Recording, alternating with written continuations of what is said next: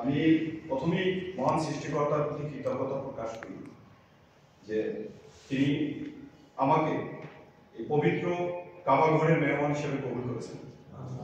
আমি গত 16 ডিসেম্বর থেকে 30 ডিসেম্বর পর্যন্ত আমরা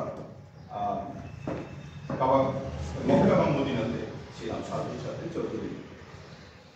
তো এই কাবা ঘরের মেহমান এটা আসলে আমরা অর্থ সম্পদ থাকলেই করা যায় না। প্রথমত আমার নিয়ত থাকতে হবে, দ্বিতীয়ত আল্লাহ কবুল করতে হবে।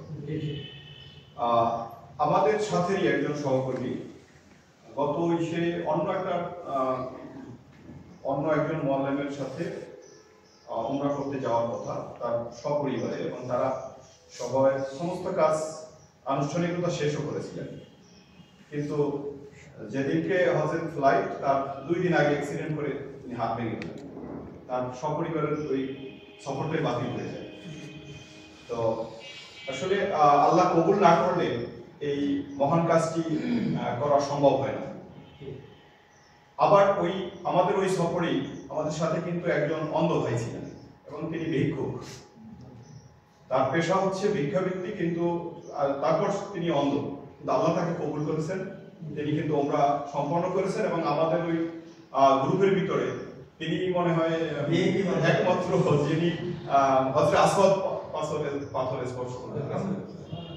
তো আসলে আল্লাহ কাকে কবুল করবেন সেটা হচ্ছে আল্লাহর সব করা আছে।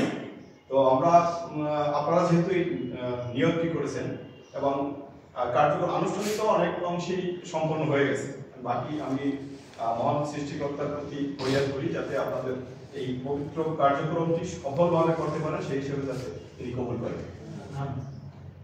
আর এই হিলবুল হুজুর কুরসান ট্রাভেলসের যিনি দায়িত্বে সাইফুল ইসলাম, মাওলানা সাইফুল ইসলাম, উনি আমাদের ছাত্রবৃন্দ। তো আমি ওর সেবায় আসলে অভিভূত। আমি দেখেছি এই 14 দিনে যে যখন তাকে স্মরণ করেছি তখনই তিনি আসেন। আবার রাত্র 12টা শুনি সে একজন কাজী সাহেবের সাথে এয়ারপোর্টে আছে। আবার সকাল মানে তাহাজ্জুদের আজান হয়ে গেছে 3:30টা, দেখি সে আবার বলে সামনে তাহাজ্জুদে যায়। তো উনি কখন ঘুমান আর কখন খান এটাই আমি খুঁজে পাচ্ছিলাম না। আপনি তাহাজ্জুদ পড়ে হজরত কমপ্লিট করে রুমে আসবেন, দেখবেন যে রুমের সামনে খাবার হাজির।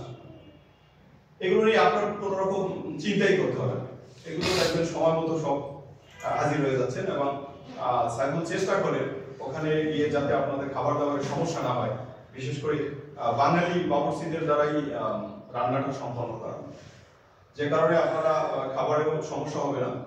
আর আমরা যারা মুসলিম আসলে আমাদের তো বিশ্বাসের জায়গা, আবেগের জায়গা হচ্ছে মক্কা।